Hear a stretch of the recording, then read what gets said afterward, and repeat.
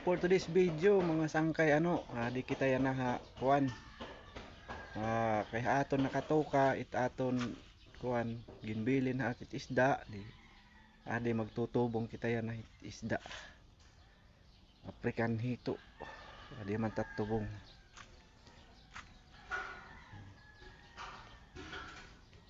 laman loob ng isda niluto tapos siyempre haluan natin yan ng feeds. So tara, let's go. Ito na yung pagkain natin. Yan. Puntahan na natin. Papakainin na natin sila.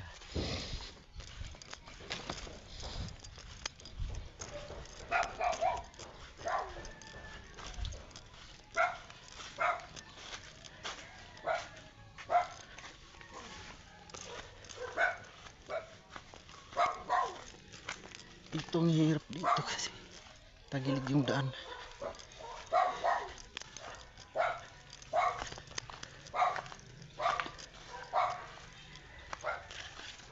So ayan sila guys.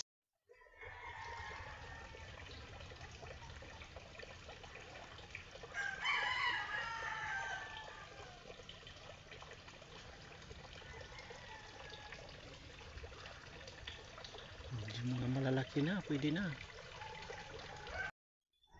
So ayan mga bro, dahil tapos na tayo magpakain ng isda, uwi na tayo at pupunta pa tayo ng palayan.